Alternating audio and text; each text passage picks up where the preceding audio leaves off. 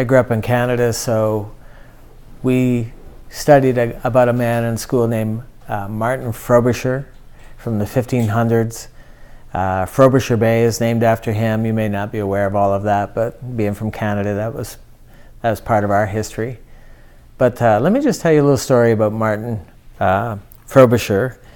He left England and went into the Arctic region of Canada, and he was looking for the Northwest Passage, a quick way to get to China to get spices and that kind of thing. And as he got into the Arctic region, he found gold. I mean, acres of it, laying on the surface of the land. It just everywhere he walked, he was walking on rocks filled with gold. And so he was so excited, he had the men take the ballast, the rocks that are in the bottom of ships that keep it upright, keep it going the way it should, and he had them remove that, and he filled the ship's ballast with this ore filled with gold, and filled ship after ship. Went back to England, offloaded it. It created a sensation. If you can imagine, shiploads of gold. He said you can walk on this stuff. It's just, you don't have to dig it. It's laying everywhere. And 15 ships with 300 miners took off for Canada. And they had really risked their lives to do that. They left in a hurry. One of the ships that contained all the building materials for the houses that they're going to build to live in, it sank, and so they're actually now in Canada in the Arctic without housing material. They lost their food. Some of the ships sank, and but there was gold everywhere, and they could just walk out and pick it up. And they got so busy picking up gold that they were not as aware as they should have been of the winter coming, and they just barely got out. They just missed the clutches of winter, and so they get back to England. And in the meantime, back in England, they had the ore tested, so they didn't even wait around for the test, and they found out that it was a thing called fool's gold. And they gave their lives, their strength, their energy, risked their lives for something that wasn't real. It was a vision that wasn't true. And that can happen today. There are people who come up with a vision of their own heart. They generate it themselves.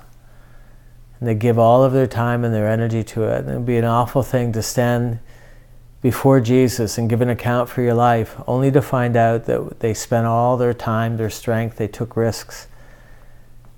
But it wasn't him that was speaking, and it wasn't his vision that was motivating them. It was the vision that they created themselves, a fool's vision. And it can happen. Here's some characteristics of what I think is a real vision from God.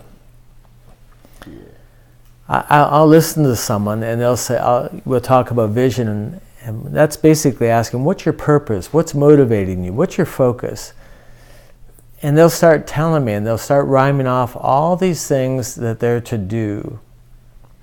But when I look at the vision that he gave me and vision that I see that he gives people in the scripture, it's not a things to do list. It's a things to be list. He calls you to be something. He wants you to be something. And so you say, I feel I'm supposed to be this kind of father. I'm supposed to be this kind of mother. I'm supposed to be this kind of pastor. I'm supposed to be this kind of disciple.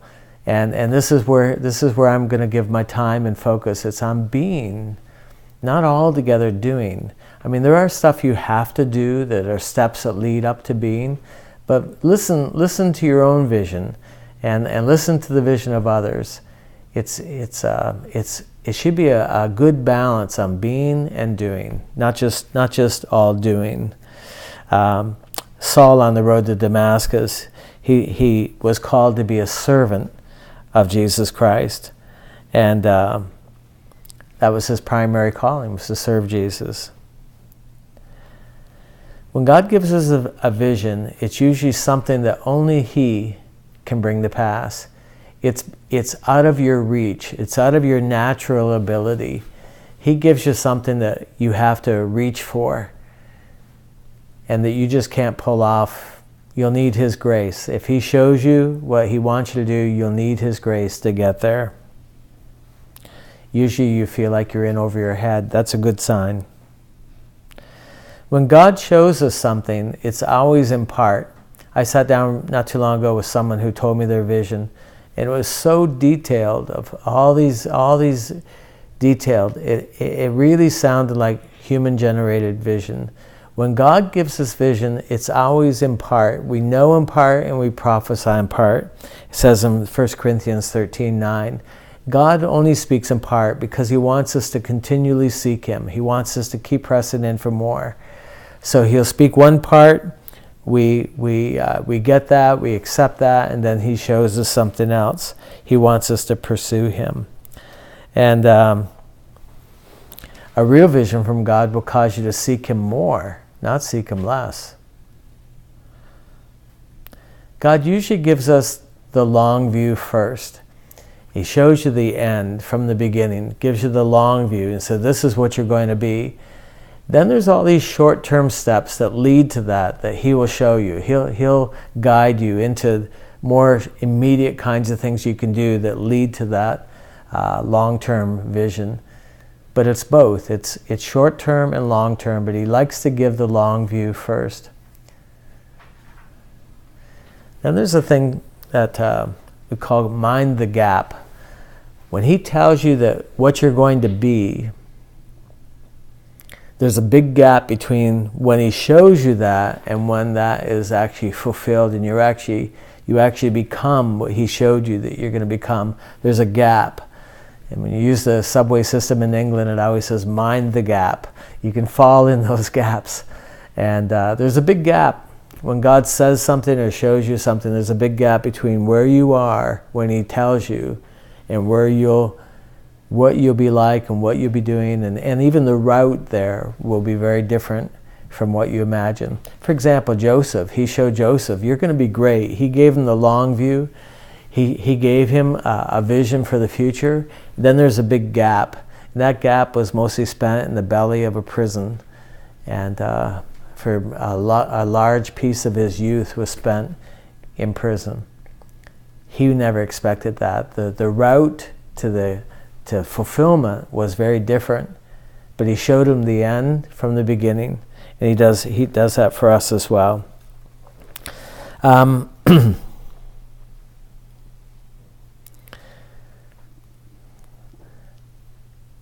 real vision that God gives us always has something, a large part of it is something for the benefit of other people. He wants us to be givers. He wants us to be lovers. He wants us to lay down our lives. He wants us to live a life like he did, that really resulted in him laying down his life. Sometimes when I hear people talk about their vision, it's me, I, me, and it's all about how they'll benefit. But a vision that comes from God will have something in it for the benefit of other people. A vision that God gives can be imparted in a few seconds, but it'll take a lifetime to fulfill. Probably the best example of that is the Apostle Paul, where he had a few glimpses very early, one on the road to Damascus, then through Ananias it was confirmed that he was called to stand before kings, and that he had a gospel to the Gentiles, and it was a very specific people group that he was to lay down his life for. But the fulfillment of all of that took the rest of his life.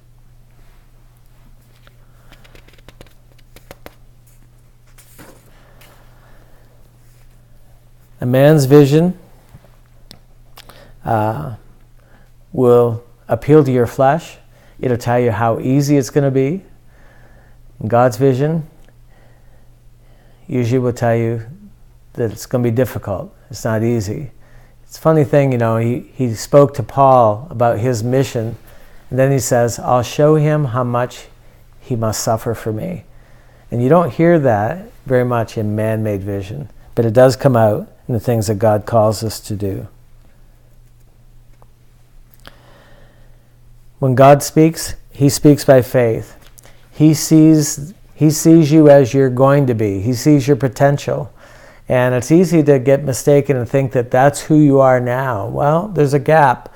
There's a wilderness. There's a process that he'll take you through so that you can actually become what he showed you you'll be. So he calls those things that are not as though they were. Perhaps one of the best examples of this is in the life of Aaron and his sons. Moses is on the mountain. He's speaking to God in this open vision. He's getting the 10 Commandments. He's getting the law.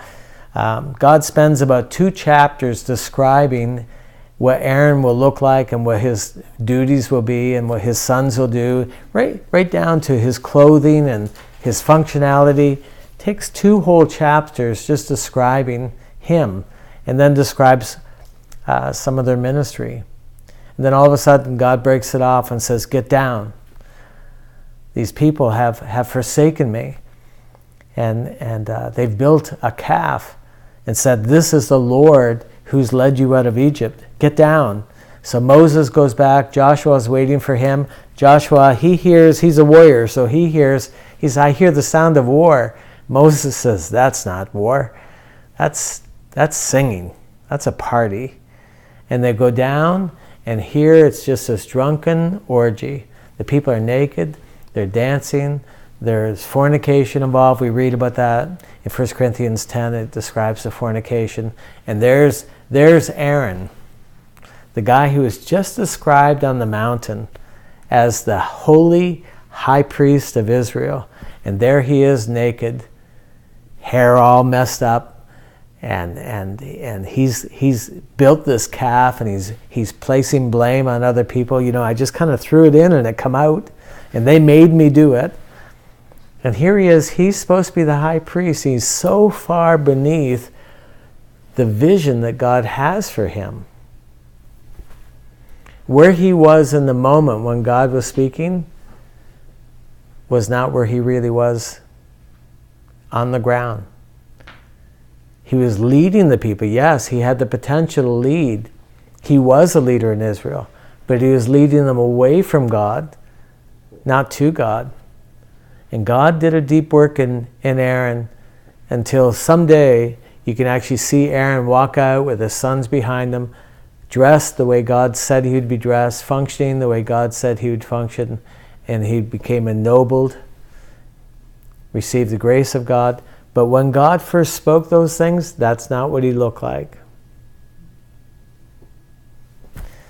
And people misunderstand that. Sometimes God does say great things to us, but there's a gap. There's a process that he'll take you through. It's not who you are right now, but it's who he wants you to be. Amen?